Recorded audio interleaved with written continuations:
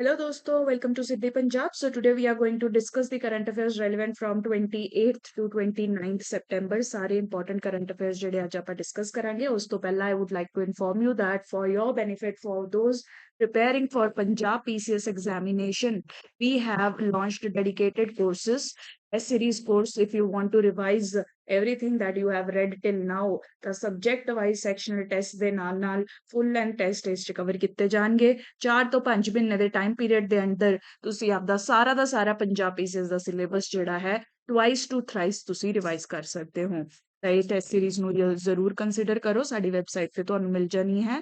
And then we have this mentorship programme also ਜਿਹਦੇ under ਅਸੀਂ ਸਾਰਾ ਪ੍ਰੈਪਰੇਸ਼ਨ ਸਟ੍ਰੈਟਜੀ ਜਿਹੜੀ ਹੈ ਪੀਸੀਐਸ ਦੀ ਡਿਸਕਸ ਕਰ ਰਹੇ ਹਾਂ। ਤੁਸੀਂ ਬੁੱਕਸ ਰੀਡ ਕਿਵੇਂ ਕਰਨੀ ਹੈ, ਨਿਊਜ਼ਪੇਪਰ ਨੂੰ ਕਿਵੇਂ ਹੈਂਡਲ ਕਰਨਾ ਹੈ, ਨੋਟਸ ਕਿਵੇਂ ਬਣਾਉਣੇ ਹੈ, ਹਰ ਚੀਜ਼ ਚੋਂ ਸਿਲੇਬਸ ਨੂੰ ਕਿਵੇਂ ਐਨਾਲਾਈਜ਼ ਕਰਨਾ ਹੈ, प्रीवियस ईयर क्वेश्चंस टू किमें एनालाइज करना है, डेली शेड्यूल ईयरली शेड्यूल किमें बनाने हैं, कंसिस्टेंसी किमें बना के रखी जावे।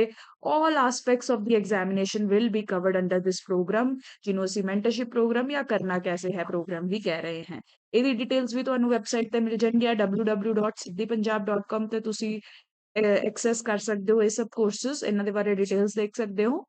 Or you can message us at 8837604500. We'll be there to help you out with any query that you have. Right? As a full GS course we run kar rahe hain in online and offline fashion. If you require that, you can get in touch with us for that also. Right? So now let's see the topics that we are going to discuss today. आज the topics है high handedness, Chinese high handedness, किमें China अपनी territorial integrity sovereignty ਨੂੰ ਹਮੇਸ਼ਾ hurt ਕਰਦਾ ਰਹਿੰਦਾ ਹੈ, cartographic aggression ਕਰਦਾ ਹੈ, all of that we will see. Then Mohali poised to be chip making hub. ਇਹ important ਹੈ semiconductor production ਵਿੱਚ ਇੰਡੀਆ ਜਿਹੜਾ ਹੈ ਹੁਣ ਲੀਡ ਲੈਣਾ ਚਾਹੁੰਦਾ ਹੈ। Otherwise we have been dependent a lot on China, Taiwan and all these countries. Pura world dependent hai for semiconductors and chips for of the phones, electronics ਦੇ ਲਈ। ਤਾਂ India wants to change this trend and now India wants to be the hub। ਤਾਂ ਇਹਦੇ ਲਈ ਮੋਹਾਲੀ ਵਿੱਚ developments ਹੋਣਗੀਆਂ that we will see how। Then finally renowned agricultural scientist MS Swaminathan dies at 98। बहुत ही prominent personality, बहुत ज़्यादा important है अपने लिए। ਡਿਫਰੈਂਟ ਟਾਈਪ ਦੇ ਕੁਐਸਚਨ ਇਸ ਐਗਜ਼ਾਮ ਲਈ ਬਣ ਸਕਦੇ ਨੇ ਤੇ ਇਹਨਾਂ ਦੀ ਡੈਥ ਹੋ ਗਈ ਹੈ। ਸੋ ਇਹਨਾਂ ਦੇ ਬਾਰੇ ਪੜਾਂਗੇ ਐਂਡ ਇਹਨਾਂ ਦੀ ਐਗਰੀਕਲਚਰ ਰਿਲੇਟਡ ਰਿਕਮੈਂਡੇਸ਼ਨਸ ਨੂੰ ਅੱਜ ਆਪਾਂ ਡਿਸਕਸ ਕਰਾਂਗੇ। ਰਾਈਟ, ਅੱਗੇ ਵਧਣ ਤੋਂ ਪਹਿਲਾਂ ਪਲੀਜ਼ ਲਾਈਕ ਸ਼ੇਅਰ ਸਬਸਕ੍ਰਾਈਬ ਕਰੋ ਸਾਡਾ channel with as many aspirants you can. ਸਾਰੇ ਗਰੁੱਪਸ 'ਚ ਸ਼ੇਅਰ ਕਰੋ ਸਾਡਾ ਚੈਨਲ, ਸਾਡੇ ਚੈਨਲ ਨੂੰ ਅੱਗੇ ਵਧਾਓ। Will be very thankful to you. Thank you.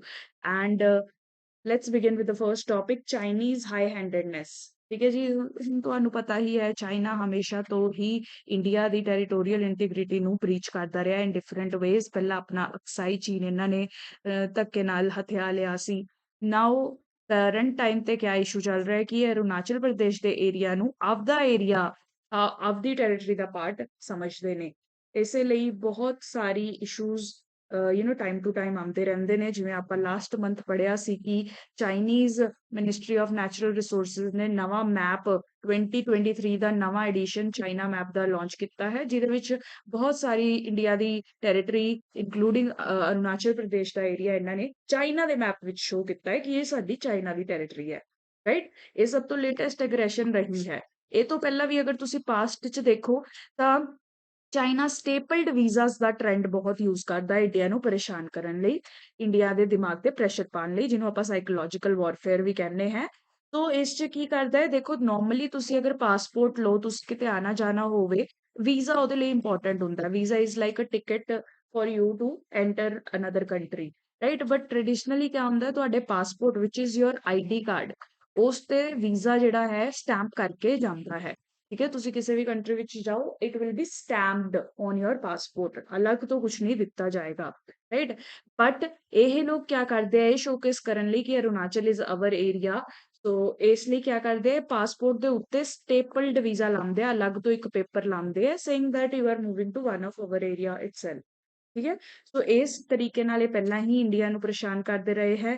ਜੁਲਾਈ ਵਿੱਚ ਜਦੋਂ ਇੰਡੀਅਨ ਐਥਲੀਟਸ ਬੀਜਿੰਗ ਵਿੱਚ ਜਾਣਾ ਸੀ ਕੁਝ ਸਪੋਰਟਸ ਦੇ ਲਈ, ਉਹਨਾਂ ਨੂੰ ਸਟੇਪਲਡ ਵੀਜ਼ਾਸ ਇਹਨਾਂ ਨੇ ਇਸ਼ੂ ਕੀਤੇ and India was very angry with this. India ਨੇ ਆਪਦੇ ਪਲੇਅਰਸ ਨੂੰ, ਅਰੁਣਾਚਲ ਪ੍ਰਦੇਸ਼ ਦੇ ਪਲੇਅਰਸ ਨੂੰ ਜਾਣ ਤੋਂ ਉੱਥੇ ਮਨਾ ਹੀ ਕਰ ਦਿੱਤਾ ਸੀ। because of China's this action।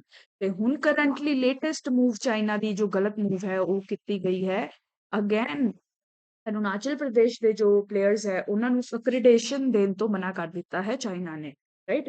Arunachal Pradesh ਤੋਂ ਇੰਡੀਆ ਦੇ ਕੁਝ ਪਲੇਅਰਸ ਨੇ, ਇਹਨਾਂ ਨੂੰ ਏਸ਼ੀਅਨ ਗੇਮਸ ਵਿੱਚ ਪਾਰਟਿਸਿਪੇਟ ਕਰਨ ਲਈ ਇਹਨਾਂ ਨੇ ਜਾਣਾ ਸੀ। ਏਸ਼ੀਅਨ ਗੇਮਸ ਜਿਹੜੀਆਂ ਕਿ ਚਾਈਨਾ ਦੀ ਸਿਟੀ ਹੋਂਗੁਆਸ਼ ਜ਼ਹੂ ਵਿੱਚ ਹੋ ਰਹੀਆਂ ਨੇ, ਤਾਂ ਇੱਥੇ ਜਾਣ ਲਈ ਅਕ੍ਰੀਡੇਸ਼ਨ ਚਾਹੀਦੀ ਹੈ। ਵੀਜ਼ਾ ਦੇ ਨਾਲ ਨਾਲ ਅਕ੍ਰੀਡੇਸ਼ਨ ਜ਼ਰੂਰੀ ਹੈ। ਅਗਰ ਅਕ੍ਰੀਡੇਸ਼ਨ ਮਿਲੇਗੀ ਤਾਂ ਹੀ ਤੁਸੀਂ ਚਾਈਨਾ ਐਂਟਰ ਕਰ ਸਕਦੇ ਹੋ, ਬਟ ਐਕ੍ਰੀਡੇਸ਼ਨ ਡਿਨਾਈ ਹੀ ਕਰ ਦਿੱਤੀ ਹੈ ਚਾਈਨਾ ਨੇ, ਐਂਡ ਇਸ ਵਜ੍ਹਾ ਤੋਂ ਇਹ ਪਲੇਅਰਸ ਉੱਥੇ ਜਾ ਨਹੀਂ ਪਾ ਰਹੇ ਹੈ, right. So again and again China ਕਿਆ ਕਰਨ ਦੀ ਕੋਸ਼ਿਸ਼ ਕਰ ਰਿਹਾ, ਅਰੁਣਾਚਲ ਪ੍ਰਦੇਸ਼ ਦੇ ਲੋਕਾਂ ਨਾਲ ਅਲੱਗ ਟ੍ਰੀਟਮੈਂਟ ਕਰਦਾ ਹੈ to showcase that Arunachal Pradesh ਇਹਨਾਂ ਦਾ ਏਰੀਆ ਹੈ ਜਿਨ੍ਹਾਂ ਦੀ ਕਰ ਚਾਈਨਾ ਇੰਡੀਆ ਇਹ ਵਾਲੇ ਏਰੀਆ ਤੇ ਕਲੇਮ ਨਹੀਂ ਛੱਡੇਗਾ ਤਾਂ ਇਹ ਚਾਈਨਾ ਜਿਹੜਾ ਹੈ ਇਹ ਡਿਫਰੈਂਟ ਮੈਜਰਸ ਲੈਂਦਾ ਰਹੇਗਾ, right. some of this is called as cartographic aggression। ਇੱਕ ਕੀਵਰਡ ਹੈ ਤੁਸੀਂ ਯੂਜ਼ ਕਰ ਸਕਦੇ ਹੋ ਆਪਦੇ ਆਨਸਰਸ ਵਿੱਚ, cartographic aggression ਤੇ psychological warfare ਇਹਨੂੰ ਕਹਿੰਦੇ ਨੇ, right? When they are playing with your mindset, when they are trying to disturb you, ਠੀਕ ਹੈ। ਜਿਹੜਾ ਏਰੀਆ ਜਿਹੜਾ ਹੈ ਇਹ ਆਲਮੋਸਟ ਸੈਟਲਡ ਏਰੀਆ ਹੈ, ਇਸ 'ਚ ਕੁਝ ਜ਼ਿਆਦਾ ਡਿਸਪਿਊਟ ਸੀਗਾ ਨਹੀਂ, ਬਟ ਸਟਿਲ ਚਾਈਨਾ ਬਾਰੀ ਡਿਫਰੈਂਟ ਏਰੀਆਜ਼ ਤੇ ਡਿਸਪਿਊਟ ਸ਼ੁਰੂ ਕਰਨ ਦੀ ਕੋਸ਼ਿਸ਼ ਕਰਦਾ ਹੈ। ਆਪਾਂ ਸੋਚਦੇ ਹਾਂ ਕਿ ਯਾਰ ਇੱਥੇ ਤਾਂ ਕੋਈ ਡਿਸਪਿਊਟ ਹੀ ਨਹੀਂ ਸੀ, ਐਂਡ ਦੇ start showing dispute in that area. ਇਹ ਇਹਨਾਂ ਦਾ ਤਰੀਕਾ ਹੈ, right. So this is the latest aggression. ਇਹ ਲਿਖ ਕੇ ਰੱਖੋ, ਇੰਡੀਆ ਚਾਈਨਾ ਦੇ ਆਂਸਰਸ ਵਿੱਚ ਯੂਜ਼ ਕਰ ਸਕਦੇ ਹੋ। ਇੰਡੀਆ ਚਾਈਨਾ ਦਾ ਕੁਐਸਚਨ ਬਹੁਤ ਹਾਈਲੀ ਪ੍ਰੋਬੇਬਲ ਰਹਿੰਦਾ ਹੈ, ਸੋ ਇਹ ਤੇ ਨੋਟਸ ਪ੍ਰਿਪੇਅਰ ਹੋਣੇ ਚਾਹੀਦੇ ਹੈ। Mohali poised to be chip making hub, right?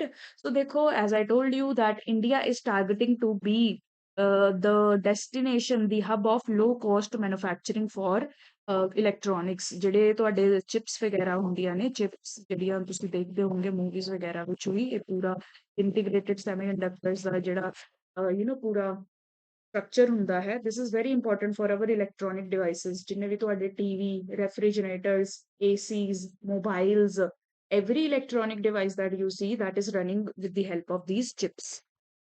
ठीक है, आजकल तो IoT ਦਾ ਜ਼ਮਾਨਾ ਚੱਲ ਪੈਣਾ ਹੁਣ, machines will interact with themselves, internet of things। ठीक है, इसीलिए ये बहुत इंपॉर्टेंट डेवलपमेंट है। मशीन एज ही आ रही है, आप कह सकते हैं in the form that machines are going to take dominant role. ਤਾਂ ਇਹਨਾਂ ਦੇ ਵਿੱਚ ਸੈਮੀਕੰਡਕਟਰਸ ਦਾ, ਇਹਦੇ ਵਿੱਚ ਚਿਪਸ ਦਾ ਬਹੁਤ ਇੰਪੋਰਟੈਂਟ ਰੋਲ ਰਹੇਗਾ। ਤਾਂ ਦੇਖੋ ਪ੍ਰੈਜ਼ੈਂਟਲੀ ਕਿਆ ਹੈ, ਪੂਰੀ ਦੁਨੀਆ ਜੋ ਹੈ ਚਾਈਨਾ ਤਾਈਵਾਨ ਤੇ ਬਹੁਤ ਡਿਪੈਂਡੈਂਟ ਹੈ। ਮੇਜਰ ਸਪਲਾਇਰਸ ਪੂਰੇ ਵਰਲਡ ਦੇ ਚਾਈਨਾ ਤੇ ਤਾਈਵਾਨ ਹੀ ਹੈ, majorly Taiwan which is somehow controlled by China।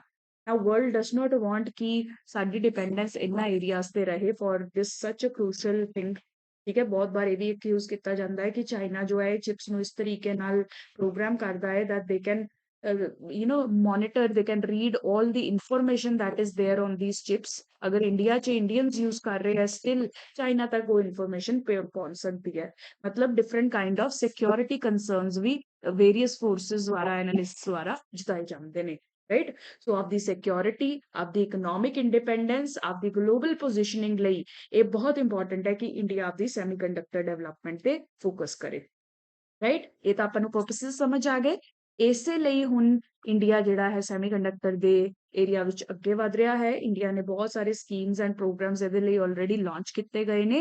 ਹੁਣ ਲੇਟੈਸਟ ਡਿਵੈਲਪਮੈਂਟ ਕਿਆ ਹੈ, ਮੋਹਾਲੀ ਨੂੰ ਹੱਬ ਬਣਾਉਣ ਦਾ ਗਵਰਨਮੈਂਟ ਜਿਹੜੀ ਹੈ ਪਲਾਨ ਕਰ ਰਹੀ ਹੈ। Central government is planning to make Mohali as the hub for semiconductor manufacturing in Punjab. ਠੀਕ ਹੈ, ਇਹ ਬਹੁਤ ਹੀ ਅੱਛੀ ਡਿਵੈਲਪਮੈਂਟ ਹੈ। ਪਹਿਲੀ ਗੱਲ ਤਾਂ ਪੰਜਾਬ ਲਈ ਇੰਪਲੋਇਮੈਂਟ ਡਿਵੈਲਪ ਹੋਏਗੀ, ਇਲੈਕਟ੍ਰੋਨਿਕਸ ਇੰਡਸਟਰੀ ਬਹੁਤ ਜ਼ਿਆਦਾ ਬੂਸਟ ਹੋਏਗੀ ਸਾਡੇ ਇੱਥੇ। ਜਿਹੜੇ ਆਪਣੀ ਐਗਰੀਕਲਚਰਲ ਡਿਪੈਂਡੈਂਸੀ ਹੈ ਪੰਜਾਬ ਦੀ, ਉਹਨੂੰ ਵੀ ਘਟਾਇਆ ਜਾ ਸਕਦਾ ਹੈ। ਤਾਂ ਇਹ ਬਹੁਤ ਹੀ ਅੱਛੀ ਡਿਵੈਲਪਮੈਂਟ ਸਪੈਸੀਫਿਕਲੀ ਫॉर ਪੰਜਾਬ ਹੈ ਐਂਡ ਫॉर ਓਵਰਆਲ ਇੰਡੀਆ ਹੀ ਹੈ, ਬਿਕੋਜ਼ ਇਹ ਆਪਣੇ ਸਿਕਿਉਰਿਟੀ ਕੰਸਰਨਸ ਨੂੰ ਫੁਲਫਿਲ ਕਰੇਗੀ, ਇਹ ਆਪਣੀ ਸੋਵਰੈਨਿਟੀ ਨੂੰ ਇੰਸ਼ੋਰ ਕਰੇਗੀ, ਐਕਸਪੋਰਟਸ ਵਿੱਚ ਹੈਲਪ ਕਰੇਗੀ ਐਂਡ ਟੈਕਨੋਲੋਜੀ ਵਿੱਚ ਲੀਡ ਲੈਣ ਵਿੱਚ ਹੈਲਪ ਕਰੇਗੀ, ਰਾਈਟ। ਸੋ ਇਹ ਓਵਰਆਲ ਬਹੁਤ ਹੀ ਪੋਜ਼ਿਟਿਵ ਡਿਵੈਲਪਮੈਂਟ ਹੈ। ਹੁਣ ਮੋਹਾਲੀ 'ਚ ਕਰਨ ਕਿਆ ਵਾਲੇ ਹੈ, ਇਲੈਕਟ੍ਰੋਨਿਕਸ ਹਬ, ਚਿਪ ਹਬ ਬਣਾਉਣ ਲਈ, ਮੈਨੂਫੈਕਚਰਿੰਗ ਹਬ ਬਣਾਉਣ ਲਈ ਤਾਂ 2 ਸਟੈਪਸ ਲਿੱਤੇ ਜਾਣਗੇ ਸੈਂਟਰਲ ਗਵਰਨਮੈਂਟ ਦੁਆਰਾ। Firstly they will be ਮਾਡਰਨਾਈਜ਼ਿੰਗ the semiconductor laboratory, right. SCL ਆਪਾਂ ਇਹਨੂੰ ਕਵਾਂਗੇ, ਸੈਮੀਕੰਡਕਟਰ ਲੈਬੋਰੇਟਰੀ। ਇਹਨੂੰ ਮਾਡਰਨਾਈਜ਼ ਕੀਤਾ ਜਾਏਗਾ ਮੋਹਾਲੀ ਦੇ ਵਿੱਚ। ਇਹ ਆਲਰੇਡੀ ਮੋਹਾਲੀ ਵਿੱਚ ਪ੍ਰੈਜ਼ੈਂਟ ਹੈ, ਇਹਨੂੰ ਮਾਡਰਨਾਈਜ਼ ਕੀਤਾ ਜਾਏਗਾ। ठीक है, ਇਹਦਾ ਰੋਲ ਕਿਆ ਹੈ? ਰਿਸਰਚ ਐਂਡ ਡਿਵੈਲਪਮੈਂਟ ਵਿੱਚ ਇਹ ਹੈਲਪ ਕਰਦੀ ਹੈ। ਸਾਰੀ ਚਿਪਸ ਸੈਮੀਕੰਡਕਟਰਸ ਦੇ ਨਾਲ ਰਿਲੇਟਡ ਜਿੰਨੇ ਵੀ ਰਿਸਰਚ ਵਰਕ ਹੈ ਉਹ ਇੱਥੇ ਹੋ ਰਿਹਾ ਹੈ, ਬਟ ਨਾਓ ਇਹਨੂੰ ਅਪਗ੍ਰੇਡ ਕੀਤਾ ਜਾਏਗਾ। ਇਹਦੇ ਲਈ ਗਵਰਨਮੈਂਟ ਨੇ $2 billion that is equivalent to 16,000 crore ਤੋਂ ਵੀ ਜ਼ਿਆਦਾ ਪੈਸਾ ਇਹਦੇ ਲਈ ਐਲੋਕੇਟ ਕੀਤਾ ਹੈ, ਗਵਰਨਮੈਂਟ ਨੇ ਕਮਿਟ ਕੀਤਾ ਹੈ। ਠੀਕ ਹੈ, ਤੇ ਇੰਡੀਅਨ ਤੇ ਗਲੋਬਲ ਕੰਪਨੀਜ਼ ਨੂੰ ਇਨਵਾਈਟ ਕੀਤਾ ਹੈ to come and modernise this firm. ਠੀਕ ਹੈ, ਸੋ ਐਂਡ ਇੱਥੇ ਜਿਹੜੀ ਹੈ ਪੂਰਾ ਰਿਸਰਚ ਡਿਵੈਲਪਮੈਂਟ ਲੈਡ ਵਰਕ ਜਿਹੜਾ ਹੈ ਕੀਤਾ ਜਾਏਗਾ। ਠੀਕ ਹੈ, ਸੈਕੰਡ ਇਨੀਸ਼ੀਏਟਿਵ ਜੋ ਗਵਰਨਮੈਂਟ ਨੇ ਲਿੱਤਾ ਹੈ that is the Continental Device India Limited Semiconductors ਜਿਹੜੀ ਕੰਪਨੀ ਹੈ, India the first semiconductor chips and components manufacturer ਜਿਹੜਾ ਹੈ, ਇਹਨੂੰ ਅਗੇਨ ਰਿਵਾਈਵ ਤੇ ਹੈਲਪ ਕੀਤਾ ਜਾਵੇ। राइट, मतलब फॉर मैन्युफैक्चरिंग क्या किया जाएगा? CDIL, this company Continental Device India Limited semiconductors, ਇਹਦੇ ਨਾਲ ਇਹਨੂੰ ਹੈਲਪ ਕੀਤਾ ਜਾਏਗਾ ਤਾਂ ਕਿ ਇਹ ਜਲਦ ਤੋਂ ਜਲਦ ਹਾਈ ਕੁਆਲਿਟੀ ਤੇ ਸੈਮੀਕੰਡਕਟਰ ਚਿਪਸ ਜਿਹੜੀਆਂ ਹੈ ਬਣਾ ਸਕੇ। ਰਾਈਟ, ਸੋ ਇਹਦੇ ਅੰਦਰ ਇਹਨੂੰ ਫਾਈਨੈਂਸ਼ੀਅਲ ਸਪੋਰਟ ਦਿੱਤੀ ਜਾਏਗੀ। Ministry of Electronics and Information Technology ਦਾ ਆਲਰੇਡੀ ਸਪੈਕਸ ਸਕੀਮ ਚੱਲ ਰਹੀ ਹੈ, scheme for promotion of manufacturing of electronic components and semiconductors, ਤਾਂ ਇਹਦੇ ਅੰਦਰ CDIL ਨੂੰ ਫੰਡਿੰਗ ਦਿੱਤੀ ਜਾਏਗੀ। ਰਾਈਟ, CDIL ਜਿਹੜੀ ਆਪਣੀ ਮੈਨੂਫੈਕਚਰਿੰਗ ਆਰਮ ਹੈ ਸਮਝ ਲਓ ਗਵਰਨਮੈਂਟ ਦੀ, ਤਾਂ ਇਹਦੇ ਅੰਦਰ ਇਹਨੂੰ ਫੰਡਿੰਗ ਐਂਡ ਵਟਐਵਰ ਸਪੋਰਟ ਦੇ need they will be given ਤਾਂ ਕਿ ਇਹ ਐਡਿਕੁਏਟਲੀ ਆਪਣੇ ਨੀਡਸ ਨੂੰ ਫੋਲੋ ਕਰ ਸਕਣ, ਸੈਮੀਕੰਡਕਟਰਸ ਨੂੰ ਪ੍ਰੋਡਿਊਸ ਕਰ ਸਕਣ, ਸੈਮੀਕੰਡਕਟਰ ਚਿਪਸ ਨੂੰ ਪ੍ਰੋਡਿਊਸ ਕਰ ਸਕਣ। ਰਾਈਟ, ਇਹ ਆਲਰੇਡੀ ਜਿਹੜੀ ਹੈ 100 ਮਿਲੀਅਨ ਯੂਨਿਟਸ ਬਣਾ ਰਹੀ ਹੈ ਹਰ ਸਾਲ, ਬਟ ਇਹਦੀ ਕਪੈਸਿਟੀ ਨੂੰ ਇਨਕਰੀਜ਼ ਕਰਨਾ ਆਪਣਾ ਫੋਕਸ ਹੈ। ਠੀਕ ਹੈ, ਸੋ ਦੋ ਚੀਜ਼ਾਂ ਤੇ ਗਵਰਨਮੈਂਟ ਹੁਣ ਫੋਕਸ ਕਰੇਗੀ, R&D ਤੇ ਐਂਡ ਮੈਨੂਫੈਕਚਰਿੰਗ ਨੂੰ ਇਨਕਰੀਜ਼ ਕਰਨ ਤੇ। R&D ਲਈ SCL ਨੂੰ ਰਿਵਾਈਵ ਕੀਤਾ ਜਾਏਗਾ, ਮੋਡਰਨਾਈਜ਼ ਕੀਤਾ ਜਾਏਗਾ, ਐਂਡ ਮੈਨੂਫੈਕਚਰਿੰਗ ਲਈ CDIL ਨੂੰ ਹੈਲਪ ਕਰਿਆ ਜਾਏਗਾ under the scheme SPECS। Right, this is what you have to remember. ਇਹਨੂੰ ਆਪਾਂ ਯੂਜ਼ ਕਰ ਸਕਦੇ ਹਾਂ ਪੰਜਾਬ ਦੀ ਇਕੋਨਮੀ ਵਿੱਚ, ਪੰਜਾਬ ਦੀ ਸਾਇੰਸ ਐਂਡ ਟੈਕਨੋਲੋਜੀ ਵਿੱਚ ਵੀ ਕੁਐਸਚਨ ਆ ਸਕਦੇ ਨੇ। ਸੈਮੀਕੰਡਕਟਰਸ ਤੇ ਸਭ ਪੜ੍ਹ ਕੇ ਰੱਖੋ, ਪੰਜਾਬ ਦਾ ਇਹੋ ਜਿਹੇ ਸਾਇੰਸ ਦੇ ਕੁਐਸਚਨਸ ਪੁੱਛਦਾ ਹੀ ਹੈ, ਐਂਡ ਓਵਰਆਲ ਵੀ ਜਨਰਲ ਨੈਸ਼ਨਲ ਲੈਵਲ ਤੇ ਵੀ ਇਹ ਕੁਐਸਚਨ ਪੁੱਛਾ ਜਾ ਸਕਦਾ ਹੈ। Right, now last topic, renowned agricultural scientist MS Swaminathan dies. ਠੀਕ ਹੈ ਜੀ, ਪਹਿਲਾਂ MS ਸਵਾਮੀਨਾਥਨ ਬਾਰੇ ਪੜ੍ਹ ਲੈਂਦੇ हैं। ਤੁਸੀਂ ਸਭ ਨੇ ਥੋੜਾ ਬਹੁਤ ਤਾਂ ਸੁਣਿਆ ਹੀ ਹੋਏਗਾ, ਬਹੁਤ ਹੀ ਫੇਮਸ ਇਕੋਨੋਮਿਸਟ ਹੈ, ਸਪੈਸ਼ਲੀ ਐਗਰੀਕਲਚਰ ਦੇ ਫੀਲਡ ਵਿੱਚ ਇਹਨਾਂ ਦੀਆਂ ਕਾਫੀ ਇੰਪੋਰਟੈਂਟ ਕੰਟਰੀਬਿਊਸ਼ਨਸ ਰਹੀਆਂ ਨੇ। ਤਾਂ ਉਹਨਾਂ ਕੰਟਰੀਬਿਊਸ਼ਨਸ ਕਰਕੇ ਇਹਨਾਂ ਨੂੰ ਡਿਫਰੈਂਟ ਕਾਈਂਡ ਆਫ ਅਵਾਰਡਸ ਜਿਹੜੇ ਅੱਜ ਤੱਕ ਮਿਲਦੇ ਰਹੇ ਨੇ। ਇੰਡੀਆ ਵਿੱਚ one of the highest civilian award Padma Vibhushan ਇਹਨਾਂ ਨੂੰ ਮਿਲਿਆ ਹੋਇਆ ਹੈ। ਰਾਈਟ, ਇਹਨਾਂ ਨੂੰ ਇੰਟਰਨੈਸ਼ਨਲ ਲੈਵਲ ਤੇ ਫਰਸਟ ਵਰਲਡ ਫੂਡ ਪ੍ਰਾਈਜ਼ ਵੀ ਦਿੱਤਾ ਗਿਆ ਸੀ for his leadership in India's green revolution. ਠੀਕ ਹੈ, ਮੈਂ ਬਹੁਤ ਵਾਰ ਤੁਹਾਨੂੰ ਇਹ ਸਟੋਰੀ ਦੱਸ ਚੁੱਕੀ ਹੈ ਕਿ ਇੰਡੀਆ ਆਫਟਰ ਇੰਡੀਪੈਂਡੈਂਸ, ਅਗਰ ਤੁਸੀਂ 1947 ਤੋਂ ਬਾਅਦ ਦੀ ਗੱਲ ਕਰੋ, ਇੰਡੀਆ ਬਹੁਤ ਹੀ ਡਾਇਰ ਸਿਚੁਏਸ਼ਨ ਵਿੱਚ ਸੀ, ਸਪੈਸ਼ਲੀ ਐਗਰੀਕਲਚਰ ਦੀ ਅਗਰ ਗੱਲ ਕਰ ਦੋ। ਫੂਡ ਪ੍ਰੋਡਕਸ਼ਨ ਇੰਨੀ ਜ਼ਿਆਦਾ ਨਹੀਂ ਸੀ, ਐਗਰੀਕਲਚਰ ਆਪਣੀ ਬਹੁਤ ਬੈਕਵਰਡ ਸੀ, ਬ੍ਰਿਟਿਸ਼ ਨੇ ਕੋਈ ਵੀ ਇਨਵੈਸਟਮੈਂਟਸ ਐਗਰੀਕਲਚਰ ਦੇ ਫੀਲਡ ਵਿੱਚ ਆਪਣੇ ਨਹੀਂ ਕੀਤਾ ਸੀ। ਐਜ਼ ਅ ਰਿਜ਼ਲਟ ਇੰਡੀਆ ਵਿੱਚ food availability, food presence, food quality ਬਹੁਤ ਪੂਅਰ ਸੀ। ਫਮਾਈਨਸ, ਡੈਥਸ, ਸੂਖਾ ਜਿਵੇਂ ਆਪਾਂ ਕਹਿੰਦੇ ਹਾਂ, ਐਬਸੈਂਸ ਆਫ ਫੂਡ ਜਿਹੜਾ ਹੈ ਬਹੁਤ ਜ਼ਿਆਦਾ ਹਾਈ ਰਹਿੰਦਾ ਸੀ। Right, and India was dependent mainly on aid programme of USA, ਜਿਹਨੂੰ PL480 ਪ੍ਰੋਗਰਾਮ ਵੀ ਕਹਿੰਦੇ ਨੇ। USA ਆਪਦਾ ਸੜਾ ਗਲਾ ਅਨਾਜ ਜਿਵੇਂ ਕਹਿੰਦੇ ਨੇ ਸਾਡੇ ਤੱਕ ਪਹੁੰਚਾਉਂਦੇ ਰਹਿੰਦੇ ਸੀ, saying that we are giving you certain kind of aid. ਠੀਕ ਹੈ, ਸੋ ਇਸ ਸਿਚੁਏਸ਼ਨ ਨੂੰ ਟ੍ਰਾਂਸਫਾਰਮ ਕਿਨੇ ਕੀਤਾ ਸੀ ਇੰਡੀਆ ਨੂੰ? That was the idea of green revolution. Indian leadership ਨੇ ਉਸ ਟਾਈਮ ਤੇ ਫੋਕਸ ਕੀਤਾ ਕਿ we need to be self sufficient. That is why the government at that time focused on green revolution, and that transformed the fate of India from a net importer. India became a net exporter. ਅਸੀਂ ਨਾ ਸਿਰਫ ਆਪਦੀ needs food ਦੀਆਂ fulfill ਕੀਤੀਆਂ, we also started exporting excess food grains to the outside world. ਠੀਕ ਹੈ, ਇਸ ਤਰੀਕੇ ਨਾਲ ਟਰਾਂਸਫੋਰਮੇਸ਼ਨ ਲਿਆਈ ਸੀ। ਤਾਂ ਇਸ ਗ੍ਰੀਨ ਰੈਵੋਲੂਸ਼ਨ ਨੂੰ ਪੋਸੀਬਲ ਬਣਾਉਣ ਲਈ ਸਾਇੰਟਿਫਿਕ ਮਾਈਂਡਸੈਟ ਵੀ ਪਿੱਛੇ ਚਾਹੀਦਾ ਹੈ, ਪੋਲੀਟੀਕਲ ਵਿਲ ਤਾਂ ਚਾਹੀਦੀ ਹੈ, ਬਟ ਸਾਇੰਟਿਸਟ ਵੀ ਚਾਹੀਦੇ ਆ ਜਿਹੜੇ ਦੱਸਣ ਇਹ ਕਿਵੇਂ ਕਰਨਾ ਹੈ। That is where MS Swaminathan played a very great role. Right, ਇਸੇ ਲਈ ਇਹਨਾਂ ਨੂੰ ਫਰਸਟ ਵਰਲਡ ਫੂਡ ਪ੍ਰਾਈਜ਼ ਦਾ ਅਵਾਰਡ ਵੀ ਮਿਲਿਆ। ਇਹਨਾਂ ਨੂੰ ਰੈਮਨ ਮੈਗਸੇਸੇ ਅਵਾਰਡ ਵੀ ਦਿੱਤਾ ਗਿਆ ਫॉर ਹਿਸ ਕੰਟਰੀਬਿਊਸ਼ਨਸ। ਇਸੇ ਤਰੀਕੇ ਨਾਲ ਇਹਨਾਂ ਨੇ ਐਗਰੀਕਲਚਰ ਦੇ ਫੀਲਡ ਵਿੱਚ ਰਿਸਰਚ ਨੂੰ ਹੋਰ ਵਧਾਉਣ ਲਈ ਇਹਨਾਂ ਨੇ MS ਸਵਾਮੀਨਾਥਨ ਰਿਸਰਚ ਫਾਊਂਡੇਸ਼ਨ ਦੀ ਵੀ ਸਥਾਪਨਾ ਕੀਤੀ ਸੀ। as a non-profit organization that was working on research and development in agriculture. ਜਿੰਨਾ ਵੀ ਫਰਸਟ ਵਰਲਡ ਫੂਡ ਪ੍ਰਾਈਜ਼ ਤੋਂ ਪੈਸਾ ਮਿਲਿਆ ਸੀ ਇਹਨਾਂ ਨੂੰ, ਉਹਨੂੰ ਯੂਜ਼ ਕਰਕੇ ਰਿਸਰਚ ਐਂਡ ਡਿਵੈਲਪਮੈਂਟ ਲਈ ਇਹ ਫਾਊਂਡੇਸ਼ਨ ਬਣਾਈ ਗਈ ਤਾਂ ਕਿ ਐਗਰੀਕਲਚਰ ਨੂੰ ਮੋਡਰਨਾਈਜ਼ ਕਰਨ ਲਈ, ਸਸਟੇਨੇਬਲ ਐਗਰੀਕਲਚਰ ਨੂੰ ਉਹਦੀ ਮੈਥਡੋਲੋਜੀਜ਼ ਨੂੰ ਇਨਵੈਂਟ ਕਰਨ ਲਈ ਇਹ ਵਰਕ ਕਰ ਸਕਣ। ਰਾਈਟ, ਇਹ ਬਹੁਤ ਇੰਪੋਰਟੈਂਟ ਇਹਨਾਂ ਦੀ ਕੰਟਰੀਬਿਊਸ਼ਨ ਸੀ। ਇਹਨਾਂ ਦੀ ਕੰਟਰੀਬਿਊਸ਼ਨਸ ਕਰਕੇ ਯੂਐਨਈਪੀ ਨੇ ਇਹਨਾਂ ਨੂੰ the father of economic ecology ਵੀ ਦਾ ਖਿਤਾਬ ਵੀ ਦਿੱਤਾ ਹੈ। ਇਹ ਸਿਰਫ ਐਗਰੀਕਲਚਰ ਮੋਡਰਨਾਈਜੇਸ਼ਨ ਤੇ ਨਹੀਂ ਫੋਕਸ ਕਰਦੇ ਸੀ, rather he would focus on sustainable agriculture also, ਕਿ ਜਿਹੜੇ ਵੀ ਅਸੀਂ ਨਏ ਤਰੀਕੇ ਲੱਭ ਰਹੇ ਹਾਂ ਉਹ ਸਸਟੇਨੇਬਲ ਐਗਰੀਕਲਚਰ ਨੂੰ ਵੀ ਪ੍ਰਮੋਟ ਕਰਨ। ਰਾਈਟ, ਇਸ ਲਈ ਇਹਨਾਂ ਨੂੰ ਫਾਦਰ ਆਫ ਇਕਨੋਮਿਕ ਇਕੋਲੋਜੀ ਵੀ ਕਿਹਾ ਜਾਂਦਾ ਸੀ। ਰਾਈਟ, ਗ੍ਰੀਨ ਰੈਵੋਲੂਸ਼ਨ ਚ ਦੇਖੋ ਦੂਸਰਾ ਨਾਮ ਨਾਰਮਨ ਬੋਰਲੌਗ ਜਿਹੜਾ ਹੈ ਬਹੁਤ ਫੇਮਸ ਹੈ, ਉਹਨਾਂ ਦੇ ਨਾਲ ਮਿਲ ਕੇ ਹੀ ਇਹਨਾਂ ਨੇ ਵਰਕ ਕੀਤਾ ਸੀ। ਨਾਰਮਨ ਬੋਰਲੌਗ ਨੂੰ ਤਾਂ ਦੇਖੋ ਨੋਬਲ ਪ੍ਰਾਈਜ਼ ਵੀ ਮਿਲਿਆ ਸੀਗਾ, but M S Swaminathan worked very closely with this personality. ਠੀਕ ਹੈ ਜੀ, ਇਹਨਾਂ ਦੀ ਕੰਟਰੀਬਿਊਸ਼ਨਸ ਕਰਕੇ ਇਹਨਾਂ ਨੂੰ ਰਾਜ ਸਭਾ ਦੀ ਮੈਂਬਰਸ਼ਿਪ ਵੀ ਦਿੱਤੀ ਗਈ ਸੀ ਇੱਕ ਟਰਮ ਲਈ। ਰਾਈਟ, ਉਸ ਤੋਂ ਬਾਅਦ ਇਹ ਮਿਨਿਸਟਰੀ ਆਫ ਐਗਰੀਕਲਚਰ ਦੇ ਪ੍ਰਿੰਸੀਪਲ ਸੈਕਟਰੀ ਦੇ ਰੂਪ ਵਿੱਚ ਵੀ ਸਰਵ ਕਰਦੇ ਰਹੇ ਹੈ, ਤਾਂ ਕਿ ਮਿਨਿਸਟਰੀ ਆਫ ਐਗਰੀਕਲਚਰ ਨੂੰ ਅੱਛੇ ਤਰੀਕੇ ਨਾਲ ਗਾਈਡ ਕੀਤਾ ਜਾ ਸਕੇ ਕਿ ਕਿਸ ਤਰੀਕੇ ਦੀ ਐਗਰੀਕਲਚਰ ਵਿੱਚ ਸਾਨੂੰ ਪਾਲਿਸੀਜ਼ ਚਾਹੀਦੀਆਂ ਨੇ। ਰਾਈਟ, ਇਸ ਤੋਂ ਇਲਾਵਾ ਵੀ ਬਹੁਤ ਸਾਰੇ ਇਹਨਾਂ ਨੇ ਕੰਮ ਕੀਤੇ ਆ, ਬਹੁਤ ਸਾਰੀ ਕਮਿਸ਼ਨਸ ਕਮਿਟੀਜ਼ ਨੂੰ ਚੇਅਰ ਕੀਤਾ ਹੈ, ਬਹੁਤ ਸਾਰੇ ਟਾਈਪ ਦੀ ਗਿਆਨ ਤੁਸੀਂ ਕਹਿ ਸਕਦੇ ਹੋ ਇੰਡੀਆ ਨੂੰ ਪ੍ਰੋਵਾਈਡ ਕੀਤਾ ਹੈ। ਰਾਈਟ, ਸੋ ਰੀਸੈਂਟਲੀ ਹੈਲਥ ਇਲਨੈਸ ਦੀ ਵਜ੍ਹਾ ਤੋਂ ਇਹ ਜਿਹੜੇ ਹੈਗੀ ਇਹਨਾਂ ਦੀ ਡੈਥ ਹੋ ਗਈ ਹੈ, ਬਟ ਇਹਨਾਂ ਨੇ ਐਗਰੀਕਲਚਰ ਦੇ ਫੀਲਡ ਵਿੱਚ ਸਾਨੂੰ ਕਾਫੀ ਕੰਟਰੀਬਿਊਟ ਕੀਤਾ ਹੈ।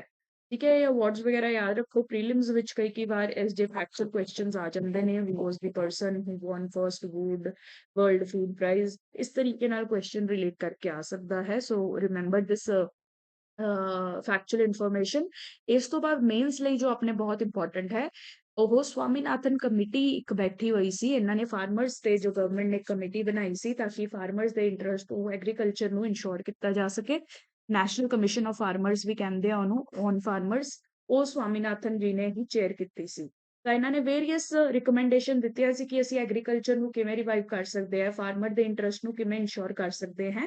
ਇਹ ਆਪਣੇ ਲਈ ਇੰਪੋਰਟੈਂਟ ਹੈ। ਆਪਾਂ GS3 ਇਕੋਨੋਮੀ ਦੇ ਐਗਰੀਕਲਚਰ ਦੇ ਆਨਸਰਸ ਵਿੱਚ ਇਹਨਾਂ ਨੂੰ ਯੂਜ਼ ਕਰ ਸਕਦੇ ਹਾਂ। That is why I will be discussing few of the recommendations here। ਠੀਕ ਹੈ ਜੀ, ਸਭ ਤੋਂ ਪਹਿਲਾਂ ਇਹਨਾਂ ਦੀ ਰਿਕਮੈਂਡੇਸ਼ਨ ਸੀ distribute ceiling surplus and wastelands. ਠੀਕ ਹੈ, ਉਹ ਕਹਿੰਦੇ ਕਿ ਦੇਖੋ ਆਪਣੇ ਇੰਡੀਆ ਵਿੱਚ ਸੀਲਿੰਗ ਲਾਅ ਬਣ ਗਿਆ ਸੀ, ਤਾਂ ਉਹ ਕਹਿ ਰਹੇ ਸੀ ਜਿਨ੍ਹਾਂ ਕੋਲ ਸਰਪਲਸ ਲੈਂਡਸ ਹੈ, ਪਹਿਲੀ ਗੱਲ ਉਹਨਾਂ ਨੂੰ ਰੀਡਿਸਟ੍ਰੀਬਿਊਟ ਕਰੋ, ਵੇਸਟਲੈਂਡਸ ਜਿਹੜੀਆਂ ਪਈਆਂ ਨੇ ਉਹਨਾਂ ਨੂੰ ਵੀ ਡਿਸਟ੍ਰੀਬਿਊਟ ਕਰੋ ਤਾਂ ਕਿ ਕਿਸਾਨ ਕਿਸੇ ਨਾ ਕਿਸੇ ਤਰੀਕੇ ਨਾਲ ਉਹਨਾਂ ਨੂੰ ਯੂਟਿਲਾਈਜ਼ ਕਰ ਸਕੇ। ਰਾਈਟ, ਉਸ ਤੋਂ ਬਾਅਦ prevent diversion of prime agricultural land and forest to corporate sector. ਦੇਖੋ ਆਪਣੇ ਇੰਡੀਆ 'ਚ ਕੀ ਹੁੰਦਾ, ਡਿਵੈਲਪਮੈਂਟ ਫੋਰੈਸਟ ਡਿਬੇਟ ਚੱਲਦੀ ਰਹਿੰਦੀ ਹੈ। ਬਹੁਤ ਸਾਰੀ ਉਪਜਾਊ ਜ਼ਮੀਨ ਜਿਹੜੀ ਹੈ ਕਾਰਪੋਰੇਟ ਸੈਕਟਰ ਵਿੱਚ ਚਲੀ ਜਾਂਦੀ ਹੈ ਫॉर ਇੰਡਸਟਰੀਅਲ ਪਰਪਸਿਸ। ਤਾਂ ਇਹ ਕਹਿ ਰਹੇ ਸੀ ਕਿ ਜਿਹੜੀ ਉਪਜਾਊ ਜ਼ਮੀਨ ਹੈ, ਜਿੱਥੇ ਖੇਤੀਬਾੜੀ ਬਹੁਤ ਅੱਛੀ ਹੋ ਸਕਦੀ ਹੈ, ਜਿੱਥੇ ਫੋਰੈਸਟ ਘਨੇ ਫੋਰੈਸਟ ਜਿਹੜੇ ਹੈ ਲੱਗੇ ਹੋਏ ਨੇ, ਇਹੋ ਜਿਹੀ ਜ਼ਮੀਨ ਜਿਹੜੀ ਹੈ ਉਹ ਕਾਰਪੋਰੇਟ ਸੈਕਟਰ ਨੂੰ ਨਾ ਦਿਓ। ਰਾਈਟ, ਬੰਜਰ ਜ਼ਮੀਨ ਦੇ ਦਿਓ, ਵੇਸਟਲੈਂਡ ਦੇ ਦਿਓ, ਜਿੱਥੇ ਕੋਈ ਪ੍ਰੋਡਕਟਿਵਿਟੀ ਨਹੀਂ ਹੈ, ਉੱਥੇ ਇੰਡਸਟਰੀ ਸੈਟਅਪ ਕਰ ਸਕਦੇ हैं, but do not divert agriculture और फॉरेस्ट लैंड। ठीक है, so this was one. Next है ensure grazing rights and seasonal access to forest to tribals. ठीक है, ट्राइबल्स ਤੇ ਪੈਸਟਰਲਿਸਟ ਜਿਹੜੇ ਆ ਕਾਫੀ ਇਸ਼ੂਜ਼ ਫੇਸ ਕਰਦੇ ਹੈ ਇਨ ਦ ਟ੍ਰਾਈਬਲ ਏਰੀਆਜ਼। ਇਹਨਾਂ ਨੂੰ ਦੇਖੋ ਆਪਦੇ ਹੀ ਏਰੀਆ ਵਿੱਚ ਐਕਸੈਸ ਬੰਦ ਹੋ ਜਾਂਦਾ ਹੈ ਜਦੋਂ ਇੰਡਸਟਰੀ ਸੈਟਅਪ ਹੋ ਜਾਂਦੀ ਹੈ। ਤਾਂ ਇਹ ਕਹਿ ਰਿਹਾ ਹੈ ਕਿ ਐਟਲੀਸਟ ਉਹਨਾਂ ਨੂੰ ਗ੍ਰੇਜ਼ਿੰਗ ਰਾਈਟਸ ਮਿਲਣੇ ਚਾਹੀਦੇ ਹੈ, ਸੀਜ਼ਨਲ ਐਕਸੈਸ ਟੂ ਫੋਰੈਸਟ ਮਿਲਣਾ ਚਾਹੀਦਾ ਹੈ, ਕਿਉਂਕਿ ਉਹ ਫੋਰੈਸਟ ਤੇ ਬਹੁਤ ਡਿਪੈਂਡੈਂਟ ਹੁੰਦੇ ਹੈ। ਫੋਰੈਸਟ ਤੋਂ ਡਿਫਰੈਂਟ ਪ੍ਰੋਡਕਟਸ ਉਹ ਐਕਵਾਇਰ ਕਰਦੇ ਹੈ, ਰਬਰ ਹੋ ਗਿਆ, ਵੁੱਡ ਹੋ ਗਿਆ, ਗਿਲੋਏ ਹੋ ਗਿਆ, ਡਿਫਰੈਂਟ ਵੇਜ਼ 'ਚ ਉਹ ਦੇ survive on the products of the forest. ਤਾਂ ਉਹਨਾਂ ਨੂੰ ਕੰਪਲੀਟਲੀ डिसोशिएट या दूर नहीं करना चाहिए फॉरेस्ट तो they should be allowed certain kind of access even if corporates are present there. ठीक है, ਉਸ ਤੋਂ ਬਾਅਦ ਇਹਨਾਂ ਨੇ ਕਿਹਾ national land use advisory service should be there, ਕਿ ਦੇਖੋ ਹਰ ਲੈਂਡ ਨੂੰ ਆਪਾਂ ਪਹਿਲਾਂ ਅਸੈਸ ਕਰੀਏ, ਉਹਦੀ ਜੀਓਗ੍ਰਾਫਿਕਲ, ਉਹਦੀ ਸੋਇਲ ਫਰਟੀਲਿਟੀ ਦੇ ਬੇਸਿਸ ਤੇ, ਉਹਦੀ এনवायरमेंटल ਕੰਡੀਸ਼ਨਸ ਦੇ ਬੇਸਿਸ ਤੇ, ਉਹਦੀ ਮਾਰਕੀਟ ਦੇ ਬੇਸਿਸ ਤੇ, ਉਹਦੇ ਅਰਾਊਂਡ ਮਤਲਬ ਕਿਆ ਮਾਰਕੀਟ ਹੈ, ਉਹਦੀ ਲੋਕੇਸ਼ਨ ਕਿਆ ਹੈ, ਇਹ ਸਭ ਫੈਕਟਰਸ ਤੇ ਬੇਸਿਸ ਤੇ ਡਿਸਾਈਡ ਹੋਣਾ ਚਾਹੀਦਾ ਹੈ ਕਿ ਇਸ ਲੈਂਡ ਨੂੰ ਆਪਾਂ ਯੂਜ਼ ਕਿਸ ਤਰੀਕੇ ਨਾਲ ਕਰਨਾ ਹੈ, कि ये तो स्कूल बनाना है कि एग्रीकल्चर एस्टैब्लिश करना है कि इंडस्ट्री एस्टैब्लिश करनी है। तो फॉर दैट पर्पस ही said we should have national land use advisory service. Right, So that should have the capacity to link land use decisions with ecological, meteorological, marketing factors. ठीक है, ये बहुत important recommendation है, इन्हें याद रखो. Then set up mechanism to regulate the sale of agriculture land. ठीक है, बहुत सारी देखो डिस्ट्रेस सेल होती है. Farmer when he does not has money he sells the land in distress. एवं नहीं होना चाहिए. वो कह रहे हैं land sale should be regulated, should be happening in regulated manner. ठीक है, ਉਸ ਤੋਂ ਬਾਅਦ irrigation ਦੀ problems ਨੂੰ solve ਕਰਨ ਲਈ he said that majority of Indian agriculture is dependent on rainfall. ਅਗਰ ਤੁਸੀਂ ਦੇਖੋ 50 to 60% of ਸਾਡੀ agriculture is dependent on rainfall. ਤਾਂ ਇਹ ਕਹਿੰਦੇ ਕਿ ਇਹ rainfall monsoon ਤੇ dependency ਘਟਾਉਣ ਲਈ what we need to do is firstly rain water harvesting ਹੋਣਾ ਚਾਹੀਦਾ ਹੈ. recharge of aquifers ਤੇ ਆਪਾਂ ਨੂੰ focus ਕਰਨਾ ਚਾਹੀਦਾ ਹੈ. ਠੀਕ ਹੈ, ਇਹ ਨਹੀਂ ਹੈ ਕਿ ਬਾਰਿਸ਼ ਹੁੰਦੀ ਹੈ ਐਂਡ ਸਾਰਾ ਪਾਣੀ ਬਹਿ ਜਾਂਦਾ ਹੈ. ਰਾਦਰ ਫਿਊਚਰ ਯੂਜ਼ ਲਈ ਆਪਾਂ ਨੂੰ ਉਹਨੂੰ ਸਟੋਰ ਕਰਕੇ ਰੱਖਣਾ ਚਾਹੀਦਾ ਹੈ. ਠੀਕ ਹੈ, ਤੇ ਇਹਨਾਂ ਨੇ ਕਿਹਾ ਮਿਲੀਅਨ ਵੈਲਸ ਰਿਸਰਚ ਪ੍ਰੋਗਰਾਮ ਜਿਹੜਾ ਹੈ we should focus on. Right. Secondly decentralized water use planning ਹੋਣੀ ਚਾਹੀਦੀ ਹੈ. ਦੇਖੋ ਹਰ ਵਿਲੇਜ ਕੋਲ ਆਪਦੇ ਸੋਰਸਿਸ ਆਫ ਵਾਟਰ ਹੈ, ਆਪਦੀ ਨੀਡਸ ਹੈ. ਤਾਂ ਵਿਲੇਜ ਲੈਵਲ ਤੇ ਡਿਸੀਜਨ ਹੋਣਾ ਚਾਹੀਦਾ ਹੈ ਕਿ ਉਹ ਆਪਦੇ ਪਾਣੀ ਨੂੰ ਕਿਵੇਂ ਯੂਜ਼ ਕਰਨਗੇ. राइट. सो डिसेंट्रलाइज वाटर यूज प्लानिंग होनी चाहिए है. हर ग्राम सभा बैठ के खुद पानी पंचायत कंडक्ट करन on which they will be doing water budgeting. ਆਪਾਂ ਕਹਿੰਦੇ ਆ ਵਾਟਰ ਬਜਟਿੰਗ ਬਹੁਤ ਹੀ ਇੰਪੋਰਟੈਂਟ ਟਰਮ ਹੈ. ਪਾਣੀ panchayat water budgeting decentralize water use. ਠੀਕ ਹੈ, ਕਿ ਗ੍ਰਾਮ ਸਭਾ ਆਪਦੇ ਲੈਵਲ ਤੇ ਬੈਠ ਕੇ ਡਿਸਾਈਡ ਕਰੇਗੀ ਕਿੰਨਾ ਪਾਣੀ ਕਿੱਥੇ ਐਲੋਕੇਟ ਕਰਨਾ ਹੈ, ਕਿਵੇਂ ਉਹਨਾਂ ਨੇ ਆਪਦੇ ਵਾਟਰ ਰਿਸੋਰਸਸ ਯੂਜ਼ ਕਰਨੇ ਹੈ. राइट, अच्छा आइडिया है. You can use it in all your answers related to water. Then last next recommendation to increase productivity of agriculture. Agriculture the productivity ਨੂੰ ਵਧਾਉਣ ਲਈ ਕੀ ਕਰਨਾ ਚਾਹੀਦਾ ਹੈ? ਪਹਿਲੀ ਗੱਲ ਤਾਂ agriculture ਨੂੰ revive ਕਰਨ ਦੀ ਕੋਸ਼ਿਸ਼ ਕਰਨੀ ਚਾਹੀਦੀ ਹੈ by putting more public investments into agriculture in different areas ਜਿਵੇਂ irrigation, drainage, land development, different areas 'ਚ ਹੋਰ ਪੈਸਾ ਲਗਾਓ ਤਾਂ ਕਿ agriculture improve ਹੋਵੇ. ठीक है, सॉइल टेस्टिंग लैबोरेटरीज पूरी इंडिया में होनी चाहिए है क्योंकि अगर सॉइल फर्टिलिटी इंक्रीज होएगी in natural ways then only it can increase agricultural production also. ठीक है, एंड कंजर्वेशन फार्मिंग ਨੂੰ ਪ੍ਰਮੋਟ ਕਰੋ ਤਾਂ ਕਿ ਜਿਹੜੀ ਐਗਰੀਕਲਚਰ ਹੈ ਉਹ ਲੌਂਗ ਟਰਮ ਸਸਟੇਨੇਬਲ ਐਗਰੀਕਲਚਰ ਹੋਵੇ. ਇਹ ਨਹੀਂ ਹੈ ਕਿ ਤੁਸੀਂ ਅੱਜ ਤਾਂ ਫਰਟੀਲਾਈਜ਼ਰਸ ਪੈਸਟੀਸਾਈਡਸ ਯੂਜ਼ ਕਰਕੇ ਆਪਦੀ ਖੇਤੀਬਾੜੀ ਪ੍ਰੋਡਕਸ਼ਨ ਬਹੁਤ ਵਧਾ ਲਈ ਬਟ ਫਿਊਚਰ 'ਚ ਕੀ ਹੋਏਗਾ. Right, that is the question. इसलिए conservation farming, natural fertilizers, natural चीज़ां ਨੂੰ यूज करके एग्रीकल्चर करो.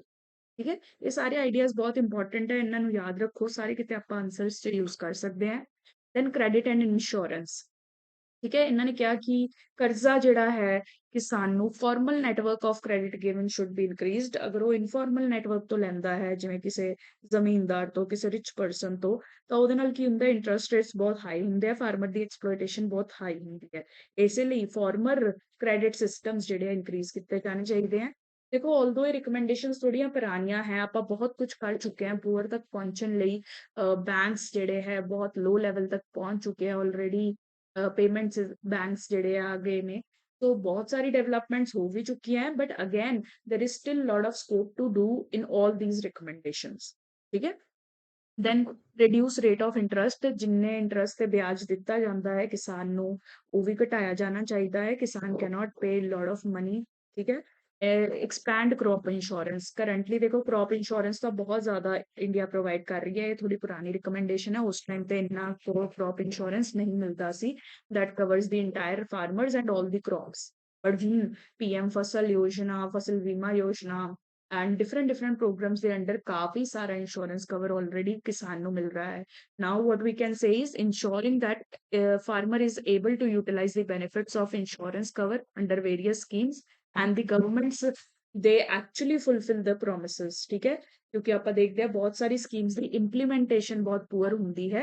ਤਾਂ ਹੁਣ ਕਵਰ ਵਾਲੀਆਂ ਸਕੀਮਸ ਤਾਂ ਆ ਗਈਆਂ ਇੰਸ਼ੋਰੈਂਸ ਵਾਲੀਆਂ ਬਟ ਉਹਨਾਂ ਨੂੰ ਇੰਪਲੀਮੈਂਟ ਵੀ ਪ੍ਰੋਪਰਲੀ ਕੀਤਾ ਜਾਵੇ. that is what we can recommend. ਕਿ ਜੀ ਇਹ ਸਾਰੀ ਰਿਕਮੈਂਡੇਸ਼ਨਸ ਬਹੁਤ ਇੰਪੋਰਟੈਂਟ ਹੈ, ਇਹਨਾਂ ਸਭ ਨੂੰ ਆਪਦੇ ਕੋਲ ਲਿਖ ਕੇ ਰੱਖੋ. you can use them in your answers on agriculture. Right, that is all for today. If you have any doubt, query, you want to discuss your preparation of UPSC or PPSC with us, just message us on this number. We'll be there to help you. Right, that is all for today. Thank you so much for joining.